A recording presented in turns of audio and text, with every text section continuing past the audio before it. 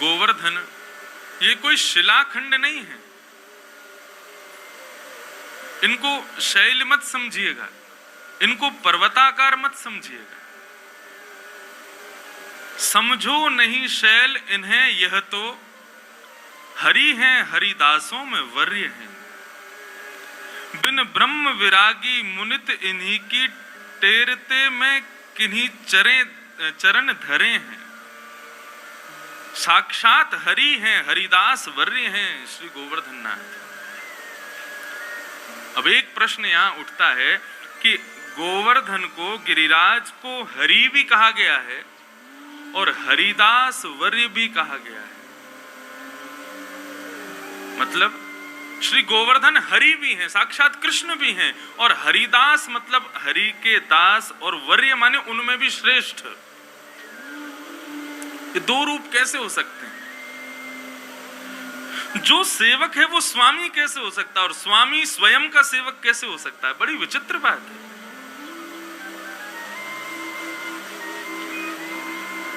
बहुत सावधानी से सुनिएगा। श्री गिरिराज जी ब्रजमंडल में विराज रहे हैं, इसके पीछे अनंत कथाएं हैं। बहुत अलग अलग ग्रंथों में अलग अलग कथाएं, अलग अलग संतों के अलग अलग भाव हैं। लेकिन हरि और हरिदास वर्य, ये दोनों भेद स्पष्ट करने के लिए एक कथा हम आपको सुनाते हैं।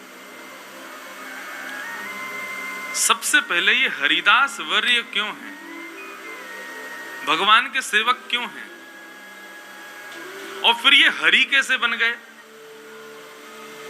स्वयं ठाकुर जी ने अपने शिखर, अपनी इकन्नी उंगली पर धारण करके इनको खुद से भी श्रेष्ठ बना दिया। ये संपूर्ण लीला कैसे हुई? प्रभु श्री राम जब लंका प्रस्थान कर रहे थे,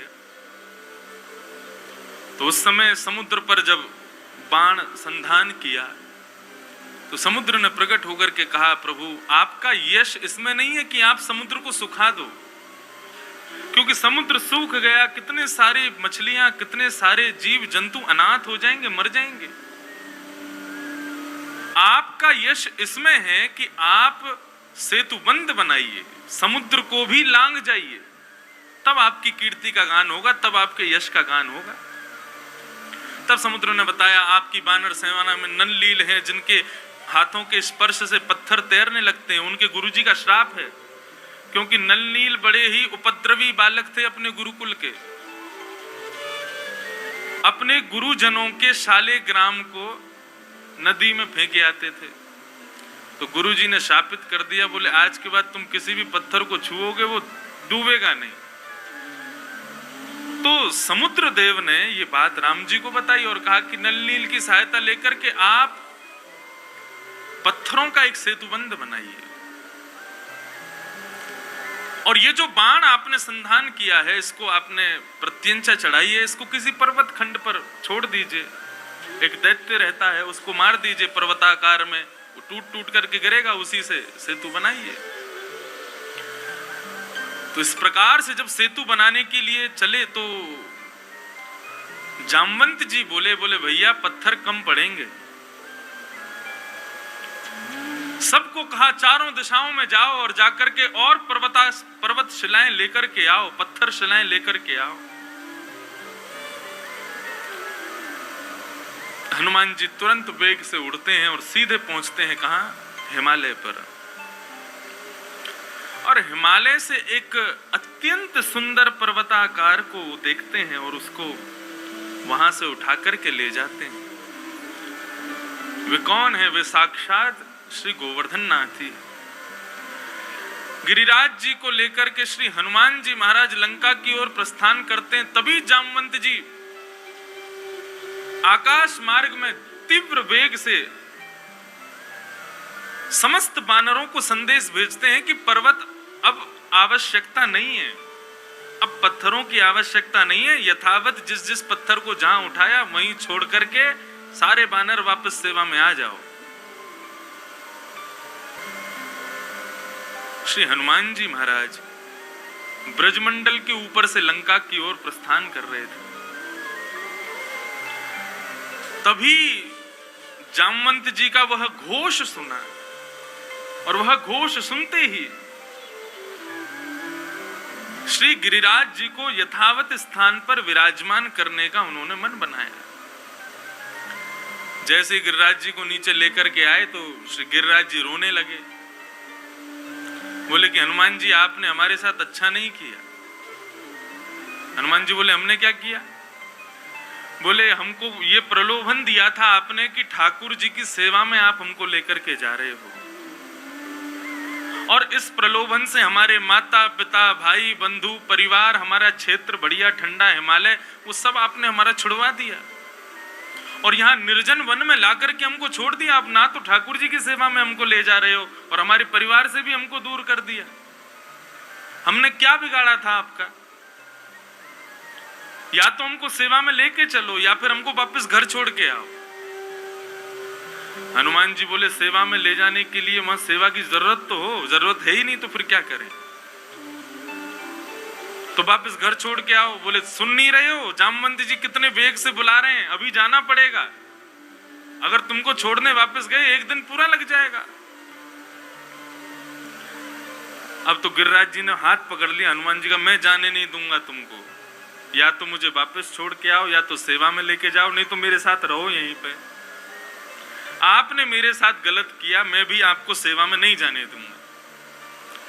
हनुमान जी महाराज बड़े व्याकुल हो गए, क्या करें।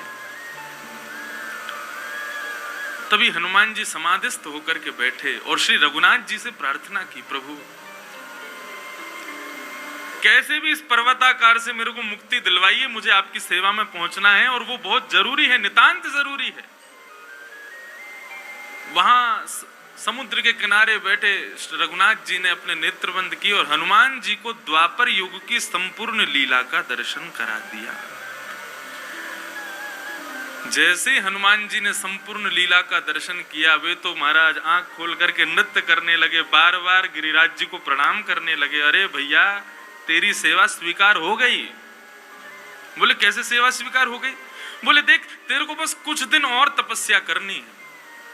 ये निर्जन वन जरूर है लेकिन हिमालय के जितने भी खंड हैं उनमें सबसे ज्यादा पूजनीय तुम माने जाओगे।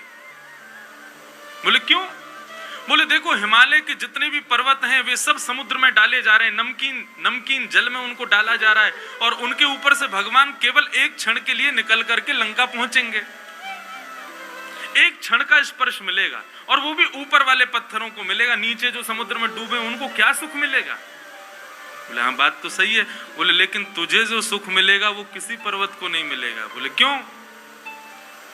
बोले विश्व भर के पर्वत पहुंचे आज लंका सेतु में, लेकिन सब पर भगवान चल करके जाएंगे, लेकिन तू एकमात्र पर्वत होगा पूरे विश्व का जिस पर ठाकुर जी चलेंगे नहीं, एक अन्य उंगली पर अपने ऊपर धारण करेंगे। और एक आध मिनट एक आध क्षण के लिए नहीं, 7 दिन 7 रात्रि पर्यंत अपने मुकुट के भांति ठाकुर जी तुझे अपनी कन्या उंगली पर धारण करके रखेंगे। गिरिराज जी तो प्रसन्न हो गए, बोले तेरी सेवा स्वीकार होगी, तू चिंता मत कर। गिरिराज जी तभी से तपस्या करने लगे, तपस्या में बैठे हैं, इंतजार कर रहे हैं कब रघुनाथ जी कृष्ण बनकर के आएंगे और कब अपना कोमल स्पर्श मुझे प्रदान करेंगे। तो ये तो रही हरिदास की कथा, इसलिए वो हरिदास हैं, लेकिन फिर वो हरि कैसे बन गए? बोले जब भगवान कृष्ण ब्रजधाम में पधार रहे थे तो भगवान ने आकाशवाणी की, सब देवताओं को सब देवियों को आदेश कर दिया, वसुदेव गृहे साक्षात, वसुदेव के घर में साक्षात भगवान पुरुष पर, साक्षात भगवान पुरुष बनकर के जा रहे हैं, कृष्ण बनकर के आ रहे हैं। तो समस्त देवी देवताओं को कहा कि आप लोगों को यदि कृष्ण लीला का सुख चाहिए, वृंदावन ब्रजधाम में जाकर के अपना अपना स्थान ग्रहण कर लो।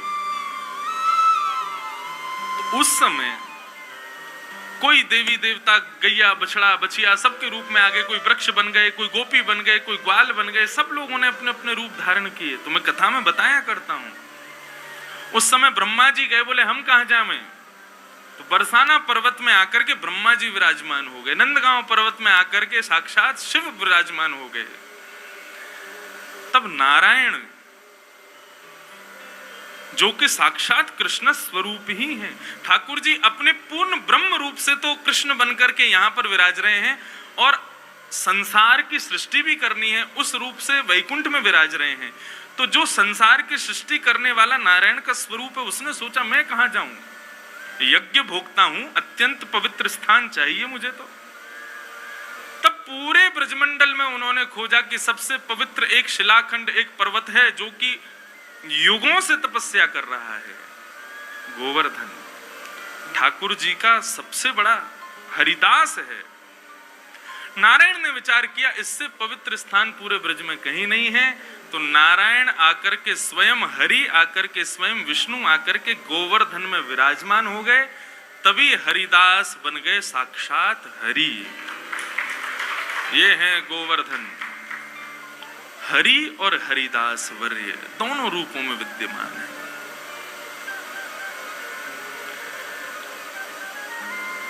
गंधमादन यात्रायाम यत् फलम लभते नर, जैसे ही नारायण ने आकर के इस पर्वत में अपना रूप विराजमान किया, भगवान शिव और ब्रह्मा ने भी इनको प्रणाम किया और प्रणाम करके कह दिया, गंधमादन यात्रायाम यत् फलम लभते नर तत्फलम लभते सम्यक गिरिराजस्य दर्शनात्। गंधमादन कहते हैं हिमालय को, हिमालय की यात्रा से जो फल मनुष्य को मिलता है वह फल गिरिराज जी के केवल दर्शन करने मात्र से मिल जाता है।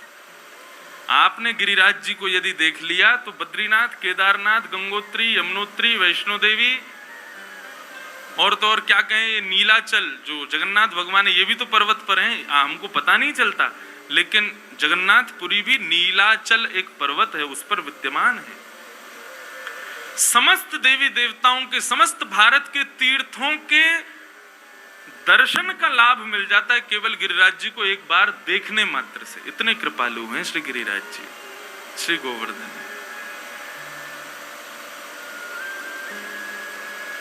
ऐसे श्री गोवर्धन नाथ। गोपियां कहती हैं गिरिराज जी के लिए, हंताय मत्रिवला हरिदास वयो यद राम कृष्ण चरण स्पर्श प्रमोद किमानं तनोति सह गो गणयोस्तयोर्यत् पानीय शूयवल कंदर कंदमूल। हरिदास वर्य जो गिरिराज जी का नाम है, सब लोग बहुत सावधानी से सुनिए। आज हमारे लाल जी पधारेंगे तो उससे पहले आप सब खूब उत्साहित रहिए, खूब आनंदित हो जाइए। लाल जी जब पधारें तो आप सबके मुखमंडल को देख के उनको सुख मिलना चाहिए कि हाँ बोर नहीं हो रहे हैं, सबरे खूब आनंद में हैं, उत्साह में हैं। भाव से कथा सुनो। ये नवीन नवीन भाव हर कथा में कहने को नहीं मिल पाते, केवल ये विमर्श है। और एक और बात बताएं, ये स्थान का प्रभाव है। हमारे वृंदावन में जब भी कथा होती है कुछ ना कुछ नवीन मुझको भी मिलता है। वृंदावन का ये प्रभाव है, क्योंकि यहाँ नवनीत ही प्रकट होता है और उसी को ठाकुर जी चोरी करते। इसलिए यहाँ के भावों को बहुत ध्यान से सुनिए। श्री गिरिराज जी हरिदास वर्य हैं, ये कभी भूलते नहीं है। वे भले ही द्वापर में हरि बन गए, लेकिन फिर भी अपनी हरिदास वर्यता यानी कि अपना जो दास प्रभाव है उसको परिपूर्ण रूप से करते हैं, निभाते हैं। गोपियों ने इस बात का उत्तर दिया। गोपियां कहती हैं कि ये गोवर्धन जो है ये षोडशोपचार से कन्हैया की सेवा करता है। बोले किस प्रकार से? षोडशोपचार कैसे करते हैं?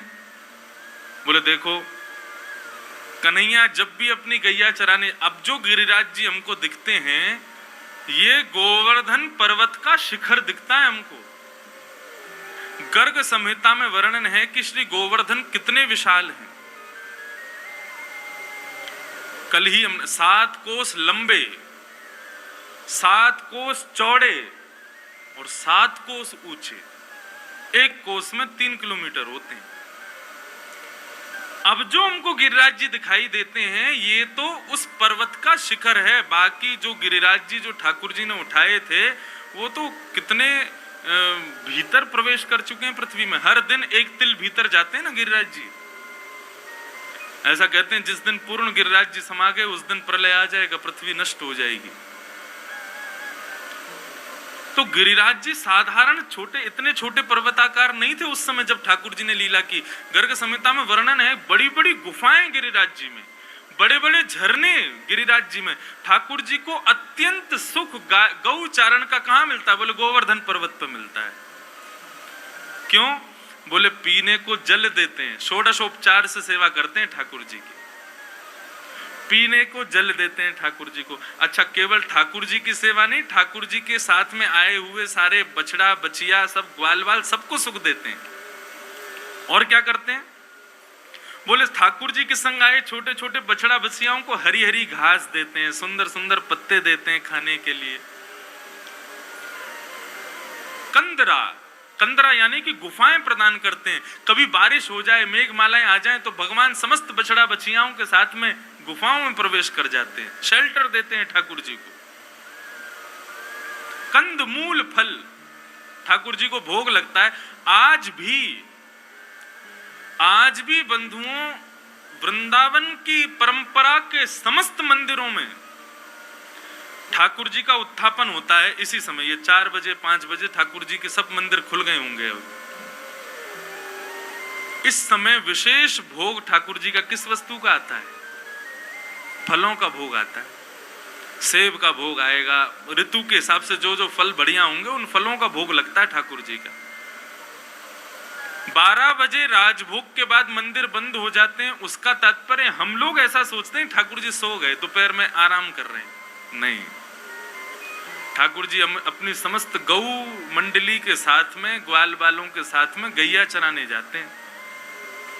और गैया चराते हुए इस समय ठाकुर जी वन में ही होते हैं, इसलिए ठाकुर जी को फलों का भोग मंदिरों में लगाया जाता है। बोले क्यों? बोले ठाकुर जी अभी वापस नंद भवन नहीं आए हैं, अभी वन में ही हैं, अभी गिरिराज जी पे ही हैं। तो वन में ठाकुर जी को भोजन के लिए कोई रोटी सब्जी तो मिलेगी नहीं, तो क्या करते हैं? ग्वाल वाल सभी फलों को लेकर के, फल आदियों को इकट्ठा करके उनकी अमनिया करके ठाकुर जी का भोग लगा रहे हैं। इसलिए आज भी 4-5 बजे जब मंदिर खुलते हैं तो फलों का ही भोग लगता है ठाकुर जी को। और इस फल के भोग के मुख्य सेवक कौन है? श्री गोवर्धन नाथ। इस प्रकार श्री गिरिराज जी अपने षोडशोपचार से ठाकुर जी की सेवा करते हैं, बैठने के लिए शिला देते हैं। जब जब ठाकुर जी गिरिराज जी पर चलते हैं तो गिरिराज जी की जो शिला, निष्ठुर शिला है, वो कोमल हो जाती है। आज भी गिरिराज पर्वत पर यदि कोई भ्रमण करे तो उसको ठाकुर जी के कोमल चरणार बिंद कहीं कहीं दिख जाते हैं। करना नहीं चाहिए, किसी को गिरिराज जी पर चढ़ना नहीं चाहिए, साक्षात हरि हैं वो। केवल ब्रजवासी चढ़ते हैं ऊपर, और वो भी उनसे आज्ञा लेकर के, प्रणाम करके, बार बार वंदन करके तब चढ़ते हैं ऊपर। बाकी ब्रज के बाहर के लोगों को अधिकार नहीं है गिरिराज जी पर चढ़ने का। तो इस प्रकार गिरिराज जी अपनी हरिदास वरीयता पूरी करते हैं, अपनी दास प्रभाव को पूर्ण रूपेण पूर्ण करते हैं।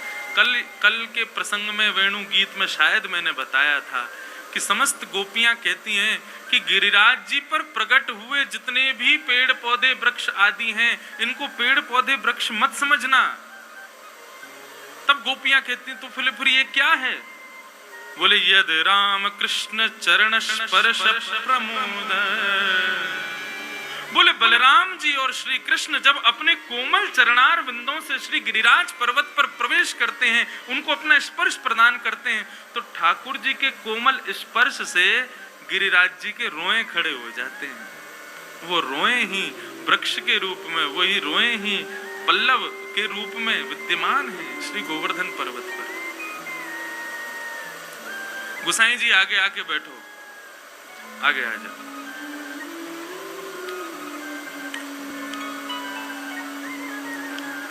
ऐसे हैं श्री गोवर्धन नाथ। अच्छा, एक रहस्य बताएं आपको। जैसे श्री राधा रमण लाल जी को अत्यंत प्रिय मिष्ठान के भाव से कुलिया का भोग लगता है।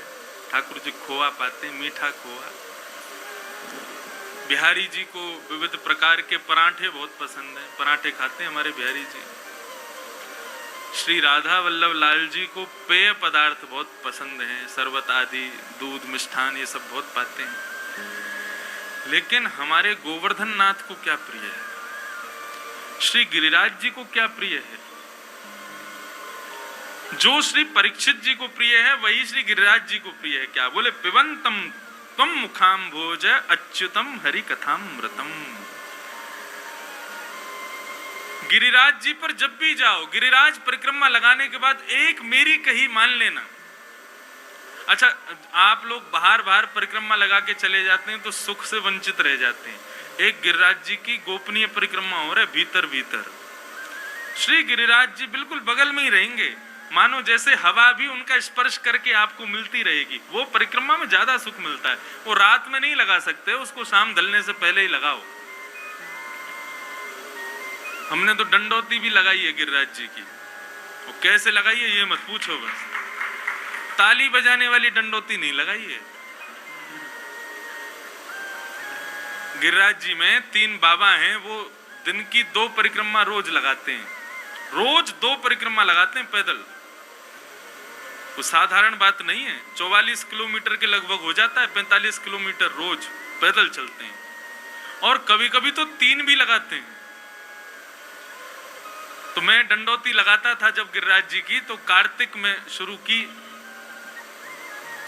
तो हमारा समय रहता था, लाल जी तब विराज रहे थे, सेवा आ गई थी लाल जी की, तो सुबह 5 बजे से लेकर के 7-8 बजे तक डंडोती करते, फिर अपने स्थान पर जहाँ रुके थे वहां चले जाते, वहां नहा धो के सेवा करके सो जाते, शाम को मालपुआ बढ़िया पाके शाम को फिर जाते 5 बजे, फिर 6-7 बजे तक लगाते। तो सुबह शाम 2 समय का क्रम था डंडोती परिक्रमा का। तो दोनों क्रमों में वो 3 बाबा जो परिक्रमा लगाते हैं वो जरूर मिलते थे, और उनका नियम था, वो ब्रजवासियों को सब सम्मान करते हैं, सब महापुरुष आदि। तो जब मैं परिक्रमा लगाता था तो पीछे से ही मेरे पांव छूते हुए निकल जाते थे, कभी कभी बैठ जाते थे पास में। तो पहली परिक्रमा हमने शुरू की श्री गया प्रसाद जी की समाधि से, और लगाते लगाते लगाते हमको हो गए 10 दिन, और 10 दिन में आधी भी नहीं भई। हम पहुंचे कहाँ? जतीपुरा। जतीपुरा पहुंचे तो 3-4 दिन पहले से ही फोन आने लगे, कथा है वहां पे, यहाँ जाना है, और तुम हाथ पांव सब छिल रहे हैं, इनको थोड़ा 3-4 दिन में ठीक हो जाएंगे, अब घर आ जाओ। सब दीपावली का दिन आ रहा था, तो दीपावली से 1-8 दिन पहले श्री जतीपुरा पे हमने अपनी डंडोती परिक्रमा पूरी कर दी। आधी परिक्रमा हुई, हमने कि अब आधी बाद में आके लगा लेंगे। आधी परिक्रमा लगा करके चले गए। आधी परिक्रमा में रोज 3 बाबा मिलते थे। अब हुआ क्या, दीपावली के बाद फिर दोबारा परिक्रमा उठाने का अवसर मिला। कब? होली पे, मतलब लगभग 6 महीना बाद, 3-4 महीना बाद। अब होली के समय पर खाली समय मिला 10-15 दिन का, हमने कि चलो फिर से परिक्रमा शुरू करें। जतीपुरा से परिक्रमा उठाई तो सुबह सुबह बाबा को फिर से मैं दिख गया। अब तो वो बाबा चरणन में प्रणाम करें और बोले महाराज, रोमे आंखों से आंसू बहे। अरे मैंने कि बाबा इतने भाव विभोर क्यों है रहे? बोले मैंने ब्रजवासी बहुत देखे, आप जैसो नहीं देखो। मैंने कि क्यों? बोले 6 महीना में दूसरी परिक्रमा शुरू कर दी। मैंने कि दूसरी ना, पहली चल रही है अभी। मैंने कि बाबा अभी पहली चल रही है। मैंने कि ब्रजवासी तो देखो ही ना होगो, ज्यादा से ज्यादा 7 दिन में लगा के सब चले जाएं। मैंने कहा यहाँ 6 महीने है गए, अभी पूरी ना हुई है। बाबा बोले बड़ी लंबी चली तुम्हारी परिक्रमा। बाबा विनोद में कहने लगे, अरे इंद्रेश जी, इतनो समय लगे परिक्रमा में? आप जैसे बालकन को तो ज्यादा से ज्यादा 1 हफ्ता में लगा लेना चाहिए। मैंने कि बाबा को कुछ उत्तर तो देना चाहिए, नहीं तो हार जाएंगे हम। मैंने कि बाबा देखो, घर में कोई मेहमान आवे और वह मेहमान से घर वाले परेशान हो जाएं तो घर वाले इनको लगे कब जावे, जल्दी जावे घर छोड़ के। मैंने कि लेकिन कोई मेहमान सवेरे उठते ही रोज बालकन को 500 रुपया देते हो, कभी रबड़ी खवाते हो, घर की सब्जी ले आता हो, ऐसे मेहमान की तो यूं लगे ही एक आध महीना और रुक जाए। मैंने कि जितने 3 दिन और 1 हफ्ता में परिक्रमा लगा के चले जाएं, ये वो मेहमान है गिरिराज जी की, जिन्हें गिरिराज जी के जल्दी जाओ करके। हम 6 महीना ते डटे हुए हैं, हमारे गिरिराज जी ने पकड़ रखे, अरे अभी और रुक जा, 2-4 दिन और मेरे पास रख जा, डट जाने का। जिनकी जल्दी परिक्रमा है जाए, समझो गिरिराज जियों के कि जल्दी भागो यहाँ से, और जिनकी लग रही है धीरे धीरे चलते जा रहे। उद्धव जी महाराज ठाकुर जी को लेने के लिए आए तो मथुरा से वृंदावन आने में उनको सुबह से शाम हो गई। कोई पैदल भी मथुरा से आएगा ना तो 3 घंटे 2 घंटा में वृंदावन पहुंच जाएगा। लेकिन किस लिए? बोले कृष्ण दर्शन लालसा। कृष्ण दर्शन की लालसा में ये भी भूल गए रथ कहाँ चल रहा है, कैसे चल रहा है, कहाँ जा रहा है। मैंने कही बाबा हम तो कृष्ण दर्शन के ऐसे ठाकुर जी की लीलामृत के, ठाकुर जी के दर्शन के, ठाकुर जी के सामिप्य के इतने रसिक हैं, धीरे धीरे लगा रहे हैं परिक्रमा। तो मैं एक भाव कहना चाह रहा हूं, मेरी कही एक बात मान लेना गिरिराज जी के, क्योंकि देखो दंडौती का ही परिणाम है। मैं रामानुजी, मैं दीक्षित हूं रामानुज संप्रदाय में, हमारे इष्ट देव हैं तिरुपति बालाजी, लेकिन हमारे घर में सेवा हो रही है पुष्टि मार्गी ठाकुर जी की। देखो दीक्षित रामानुज संप्रदाय में 24 घंटा नाम रहता है श्री राधा रमन लाल जी का, और सेवा करते हैं हम श्रीनाथ जी की। गड्ढ की सब्जी हूं मैं, सबरी सब्जी विद्यमान है एक में। तो ये जो लाल जी मेरी, हम जिनकी सेवा करते हैं, ये उस परिक्रमा के प्रभाव से ही मुझको मिले। जब मैं आधी करके चला गया था ना, कई लोगों ने मुझसे कहा, बोले बहुत बड़ा अपराध है, बहुत बड़ा अपमान है, आधी परिक्रमा छोड़ दी, अब तुम पूरे दुनिया में घूम रहे हो, कथाएं कर रहे हो। ऐसा कहते हैं परिक्रमा आदि छोड़ने से कार्य सिद्ध नहीं होते। हमने कि देखो भाई हम ब्रजवासी हैं, ये सब नियम बाहर के लोगों के लिए होंगे, ब्रजवासियों के लिए कोई नियम नहीं है। और 6 महीने तक मैं इस भय में तो था कि मेरे साथ कुछ गलत नहीं हो जाए, क्योंकि सब डराते थे आधी परिक्रमा छोड़ दी है और तुम कथा करने जा रहे हो, ब्रज से भी बाहर नहीं जाना चाहिए, और ये वो पता नहीं क्या क्या लोग बोल रहे थे। हमने कि गोवर्धन नाथ यदि बड़े सच्चे प्रेम भाव से परिक्रमा लगा रहे हैं तो कोई दंड मत दियो, फल हमें चाहिए नहीं लेकिन दंड मत दियो। ठाकुर जी ने ऐसी सुनी, उन्हीं 6 महीने के भीतर अगली परिक्रमा शुरू करने से पूर्व वो स्वयं गिरधर स्वरूप में सेवा में आ गए। अब आप पूछेंगे कि मैं कहना क्या चाहता हूं। रसिक प्रीतम हित चित्त की बातें श्री गिरधारी जी सो कहिए। हमको इतना समय क्यों लगता था परिक्रमा में पता है? हम लोग वो बिजली के लट्ठे होते ना, तो उनको गिनते थे कि भाई आज 10 चलेंगे, और 10 से पहले ही 6-7 पे ही पस्त हो जाते थे, वहीं हार गए। अब वहां हार के क्या करें, सांस थोड़ी लेते थे, गिरिराज जी की तरफ बैठ जाते थे और फिर गिरिराज जी कोई कथा सुनाते थे। गिरिराज जी को कभी ध्रुव चरित्र सुना रहे हैं, कभी प्रहलाद चरित्र सुना रहे हैं, कभी सक्कूबाई की कथा सुना रहे हैं, कभी मीराबाई का प्रसंग सुना रहे हैं, कभी कोई पद सुना रहे हैं, कभी कुछ सुना रहे हैं। जनता सब जा रही है, कई पहचान जाते, प्रणाम भी करते। पूरे तन पुलकित ब्रज रज में लोटत, मेरी उस समय का कोई चित्र होगा तो आप पहचान नहीं पाओगे, ऊपर से नीचे तक मिट्टी मिट्टी।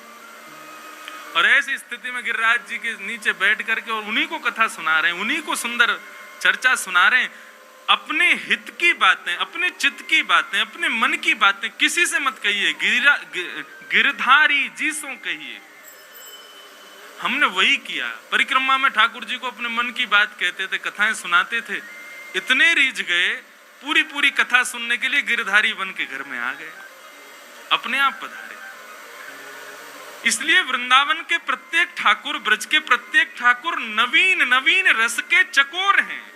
कोई कुलिया भोग किसी को बहुत पसंद है, कोई को पेड़ा बहुत पसंद है, लेकिन गोवर्धन नाथ जी को ठाकुर जी के और ठाकुर जी के भक्तन की चर्चा बहुत प्रिय है। उनके पास जाओ तो अपने मुख से सुंदर चर्चा सुना करके वही को भोग लगाओ, वही भोग स्वीकार करें। श्री गोवर्धन नाथ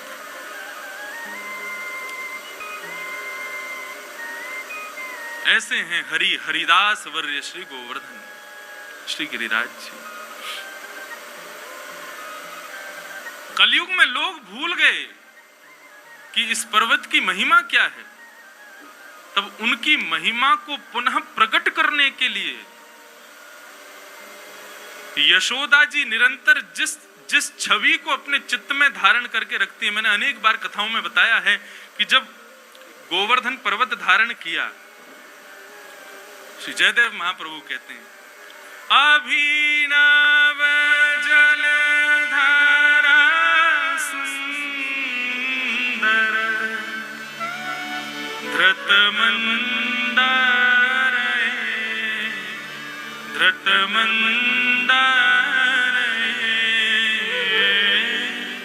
श्रीमुख चंद्र चकोर जय जय देव हरे।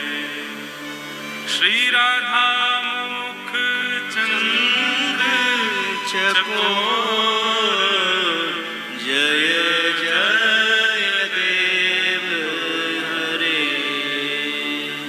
अभिनव जलधारा सुंदर। श्री जयदेव महाप्रभु, उनकी एक विशेषता है, वो ठाकुर जी की लीला के रहस्यों को खोलते हैं अपनी लेखनी से। गीत गोविंद के माध्यम से जयदेव महाप्रभु ने क्या किया, ठाकुर जी के रहस्य खोल के रखे। ये लीला की तो इसमें रहस्य क्या था, ये लीला की तो इसमें रहस्य क्या था, ये सब रहस्यों का वर्णन करते हैं श्री जयदेव महाप्रभु। सौभाग्य मिलेगा अगले वर्ष गिरधर लाल जी का जो जगन्नाथपुरी में उत्सव है, उसमें श्री गीत गोविंद की अष्टपदियों पर हम लोग 7 दिन तक कथा सुनेंगे। नित्य एक अष्टपदी नहीं है, श्री जयदेव महाप्रभु अनेकों अष्टपदी लिखी है उन्होंने, और सब एक से बढ़कर के एक है। तो वे क्या कहते हैं, बोले अभिनव जलधर सुंदर। जब अभिनव जलधारा ने आकर के पूरे ब्रजमंडल को घेर लिया, उस समय धृत मंडर है, मंडर कहते हैं पर्वत को, धृत यानी धारण किया। किसने? हमारे जगन्नाथ भगवान ने। तब किसी ने प्रश्न किया, बोले 7 दिन 7 रात्रि निकल गई, लेकिन ठाकुर जी की उंगली में जरा भी दर्द नहीं हुआ, जरा भी पीड़ा नहीं हुई, जरा भी कष्ट नहीं हुआ, क्यों? बोले जब कोई व्यक्ति किसी कार्य में व्यस्त होता है तो पीड़ा हो भी रही होगी तो फिर अनुभव नहीं होता। जैसे कि 4 घंटा एक आसन से बैठे हैं, हमारे आगे से माइक हटा दो, कथा कहना बंद करवा दो, 4 घंटा बैठ नहीं सकता मैं। लेकिन 4 घंटे पैरों का दर्द पता क्यों नहीं चलता? क्योंकि मन बुद्धि चित्त सब कुछ कहाँ है? कथा में लगा हुआ है, इसलिए पैरों का दर्द अनुभव नहीं होता। सायंकालीन आरती जैसे ही होती, यहाँ से उतरना भारी पड़ जाता है, रोम रोम कांपने लगती है जब एक आसन से उठ के जाते हैं। उस समय दर्द अनुभव क्यों नहीं होता? क्योंकि मन बुद्धि चित्त सब कहीं लगी हुई है, इसलिए दर्द का अनुभव नहीं होता। ठीक उसी प्रकार जब प्रियतम से मिलने की इच्छा होती है, उस समय भूख प्यास नहीं लगती, भले ही हमने सुबह से कुछ नहीं खाया, लेकिन भूख प्यास का अनुभव क्यों नहीं होता? क्योंकि मन बुद्धि चित्त सब कहीं और लगे हुए हैं। श्री जयदेव महाप्रभु कहते हैं 7 दिन 7 रात्रि पर्यंत श्री कृष्ण ने गिरिराज पर्वत धारण किया, उंगली में जरा भी दर्द नहीं हुआ, जरा भी कष्ट का अनुभव नहीं हुआ। वे तो बंशी और बजा रहे थे। जब जब तान उठत मुरली की मानो नंद अधर धरे, कल के पद में सुना हमने, कान्हा कुंवर के कर पल्लव पर मानो गोवर्धन नृत्य करे। ठाकुर जी बिल्कुल सहज खड़े हैं। श्री जयदेव महाप्रभु बोले ये इतनी सहजता कहां से आई इनमें, इनको दर्द क्यों नहीं हो रहा? ओहो मिल गई चोरी, पकड़ी गई चोरी। बोले क्या चोरी? बोले इनकी आह्लादनी शक्ति है श्री किशोरी जी, उनके मुखमंडल को देखने के चकोर हैं लाल जी। गर्गाचार्य जी के कहने से यशोदा मैया ने किशोरी जी को लाकर के ठाकुर जी के सामने प्रस्तुत किया। जय हो। अभिनव जलधारा सुंदर धृत मंदार धृत मंदार अभिनव जलधारा सुंदर धृत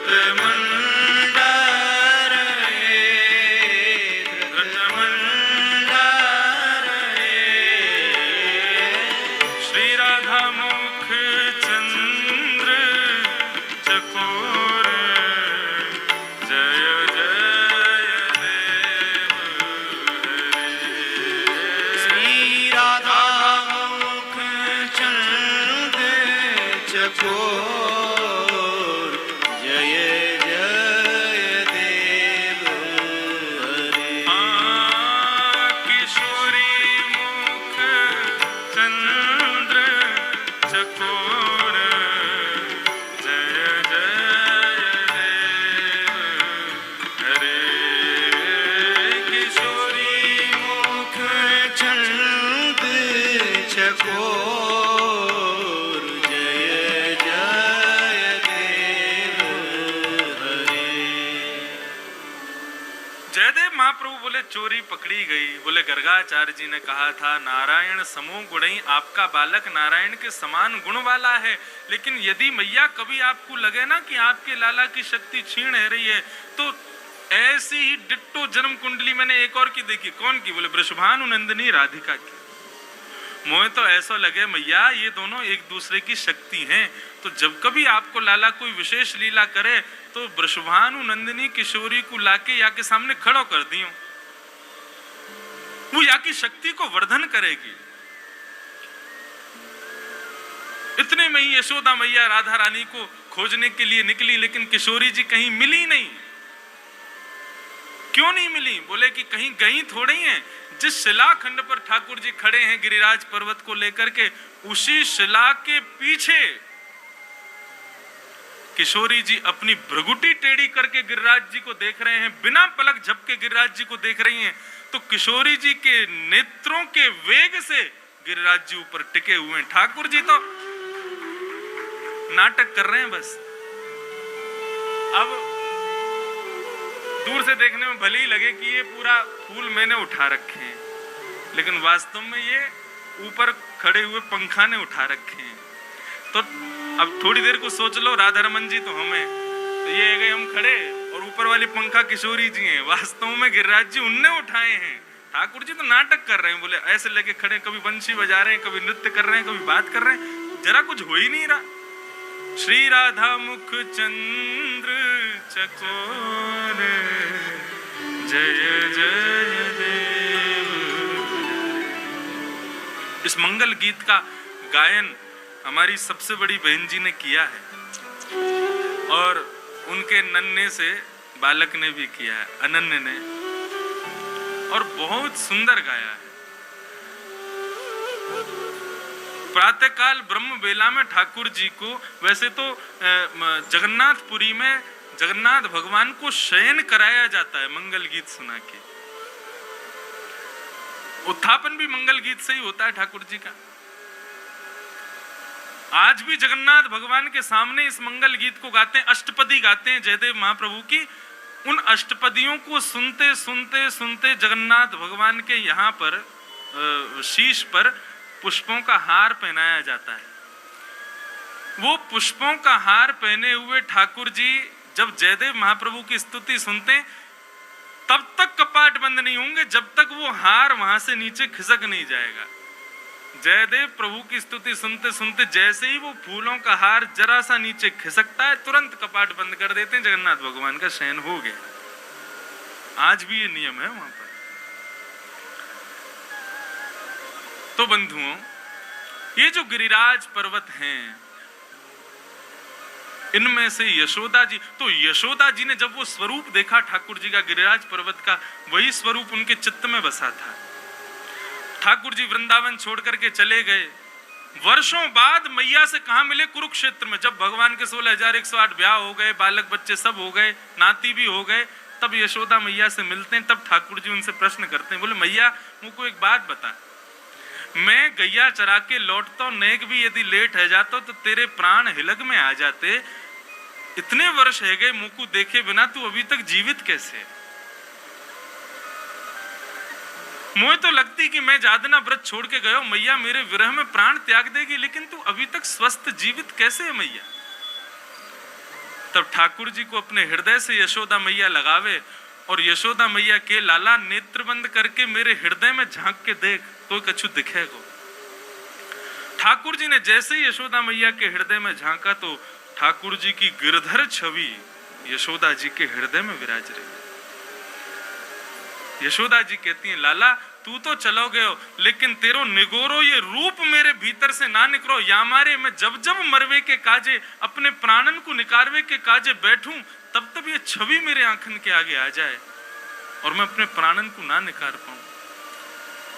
वही यशोदा जी के जो स्वरूप हैं हृदय के, कलयुग में आज से 500-600 वर्ष पहले ठाकुर जी ने गिरिराज जी की महिमा बढ़ाने के लिए श्री गोवर्धन शिला से श्रीनाथ जी को प्रकट कर दिया। ये श्रीनाथ जी, गिरधर लाल, ये यशोदा जी के मन के स्वरूप हैं, ये यशोदा जी के हृदय के लाला हैं। ऐसे श्री गोवर्धन नाथ को हम लोग सब प्रणाम करते हैं। ठाकुर जी ने 7 दिन 7 रात्रि पर्यंत गोवर्धन पर्वत धारण करके रखा और 7 दिन बाद भी जब इंद्र की मेघ सांवर्तक मेघ मालाएं ब्रज का कुछ ना बिगाड़ पाई, तब इंद्र को लगा कि मैंने बहुत बड़ा अपराध कर दिया है, अब मुझको ठाकुर जी से प्रार्थना करनी चाहिए, क्षमा मांगनी चाहिए।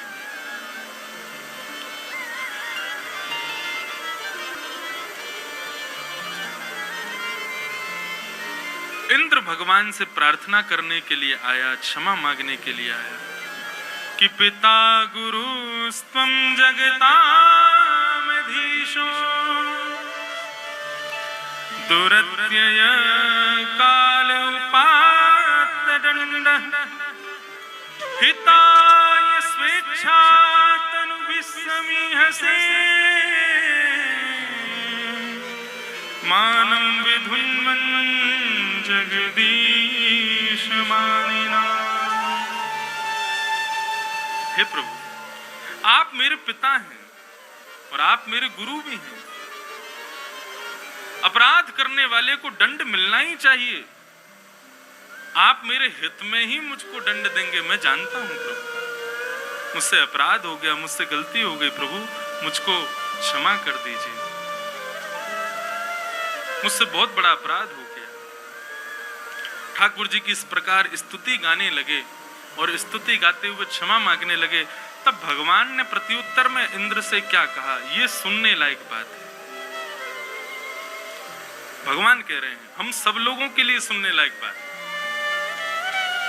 मैं यदि किसी से क्रोधित हो जाता हूं तो मैं क्या करता हूं, भगवान बता रहे हैं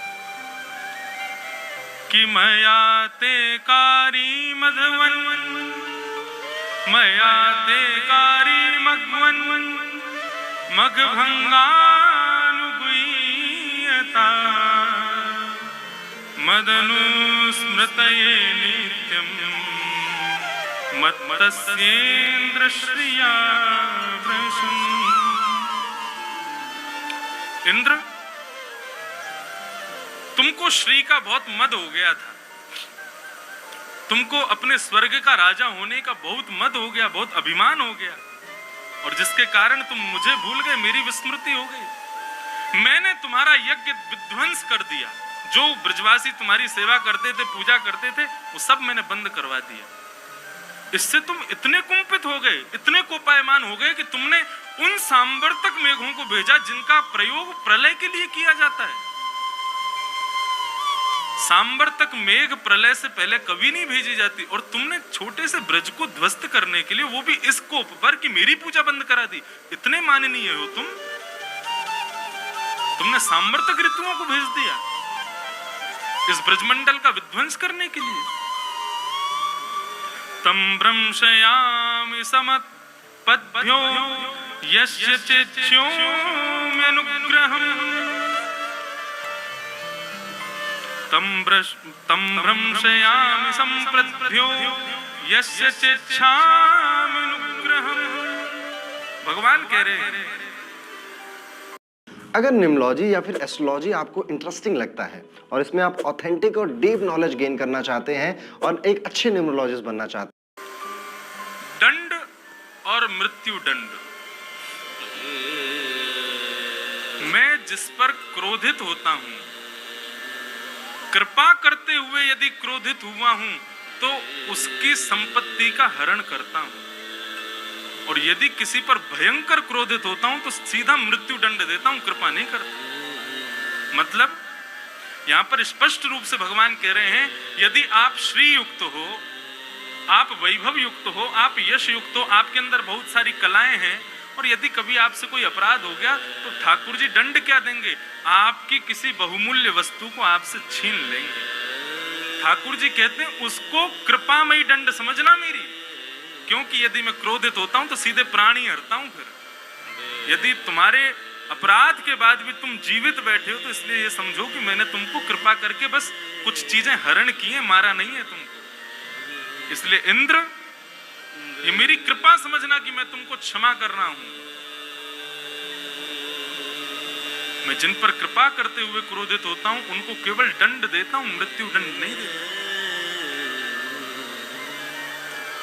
व्यक्ति अपने जीवन में श्री भ्रष्ट हो जाए, धनवान था लेकिन एक दिन रोड पर आ जाए, उस समय ठाकुर जी की कृपा ही समझे कि ठाकुर जी गुस्सा तो हुए लेकिन केवल श्री का हरण किया, मेरे प्राण तो अभी भी जीवित है, मतलब ठाकुर जी मौका दे रहे हैं, अभी भी सुधर जा, फिर से कमा लेगा। आपकी बहुत मान प्रतिष्ठा है पूरे विश्व में, और यदि किसी आपके कारण से क्रोधित हो गए, भगवान मान प्रतिष्ठा को हरण कर लेंगे, लेकिन आपके प्राण नहीं हरे, इसका मतलब भगवान ने अब भी समय दिया है, बेटा अब भी समय है, ये मान प्रतिष्ठा पुनः स्थापित कर ले। मैं यदि कुंपित होता हूं, क्रोधित होता हूं तो सीधे प्राण हरता हूं। यदि तुम अपराध करने के बाद भी जीवित हो तो ये समझना मैंने कृपा की है तुम्हारी। गम्यताम शक्र भद्रम व, जाओ यहां से, चले जाओ, अब अपनी शक्ल मत दिखाओ मेरे को, इंद्र को कह दिया, चले जाओ यहां से और अपना काम करो। जो तुमको काम दिया है केवल बारिश करने का काम है तुम्हारा, कब करनी है कब नहीं करनी वो सब तुमको पता है। अपने आप को ब्रह्म समझ करके इस प्रकार से प्रलय लाने की कोशिश मत करना दोबारा, अहंकार शून्य हो जाओ यदि मेरी कृपा चाहते हो तो। इंद्र ने क्षमा मांगी, तभी वहां पर सुरभि गाय, गौ माता का आगमन हुआ। कामधेनु गाय स्वर्ग से आई और उसने आकर के स्पष्ट कह दिया भगवान से कि आज के बाद ये हमारा इंद्र नहीं है, हम इसको अपना राजा नहीं मानेंगे। प्रभु मैं अपने थन के दुग्ध से आपका अभिषेक करने आई हूं, आज ही आपको देवताओं की राज पदवी प्रदान करूंगी। आज से आज तक ये इंद्र सबका ईश था, लेकिन आज इसके भी ईश आप बनेंगे, मेरे अभिषेक से आप बनेंगे इंद्रेश, मैं आपका अभिषेक करूंगी।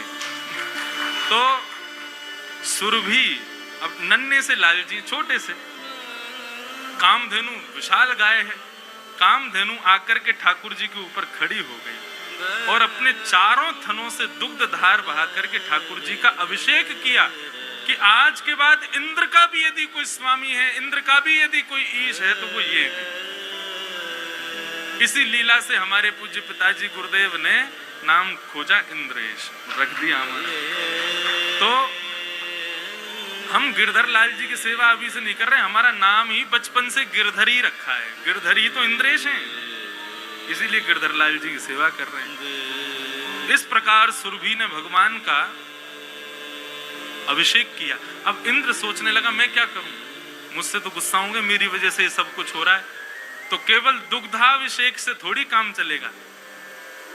इंद्र ऐरावत हाथी को लेकर के गए और स्वर्ग में बहने वाली पवित्र नदियों का जल सिंचन करके लाए, और एक तरफ से कामधेनु अपने चारों थनों से ठाकुर जी को अभिषिंचित कर रही है, अभिषेक कर रही है, दूसरी तरफ ऐरावत हाथी अपनी सूंड से जल प्रदान कर रहे हैं और ठाकुर जी का अभिषेक कर रहे हैं।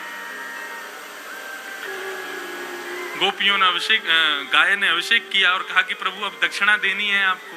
भगवान बोले हमको क्या दक्षिणा दोगे?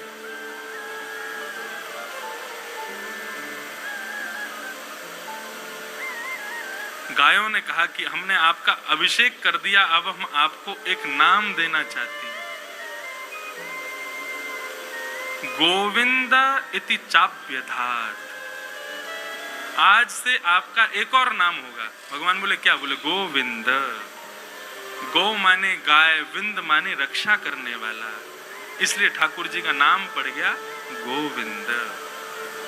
ठाकुर जी को नाम बहुत प्रिय है। बंधुओं, कुंती ने भगवान की स्तुति गाई श्रीमद् भागवत में, और कुंती भगवान की स्तुति गाते हुए कहती है, ठाकुर जी के अनेक अनेक नाम वहां कुंती अपनी स्तुति में कहती है, तब कुंती ने ठाकुर जी को गोविंद कहकर के पुकारा है वहां पर।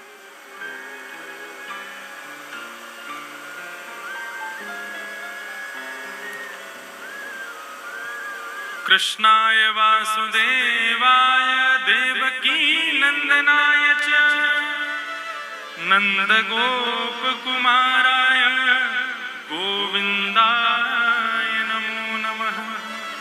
गोविंद कहकर के कुंती ने बुलाया। गायों ने ठाकुर जी को जो गोविंद नाम लिया है, इस गोविंद नाम का उच्चारण कब करना चाहिए? किसी भक्त के जीवन में अतिशय कष्ट हो, अतिशय दुख हो, ठाकुर जी से प्रार्थना नहीं करता कि कष्ट दूर कर दे, अपनी विडंबना, अपनी परिस्थिति ठाकुर जी के सामने कहना नहीं चाहता है कोई व्यक्ति, कोई भक्त, उसको चाहिए निरंतर गोविंद नाम ध्वनि की सेवा करे। गोविंद पुकारने से ठाकुर जी समझ जाते हैं कि ये निश्चित ही कोई ना कोई संकट में है और मेरी रक्षा की कामना कर रहे हैं। इसलिए गोविंद शब्द उच्चारण करते हैं तो ठाकुर जी प्रकट हो जाते हैं सेवा करने के लिए, हमारे कष्टों को दूर करने के लिए। तो जब भी कोई कष्ट आवे जीवन में तो ठाकुर जी को विशेष रूप से गोविंद शब्द कहकर के पुकारिए, ये भाव भी कहा गया।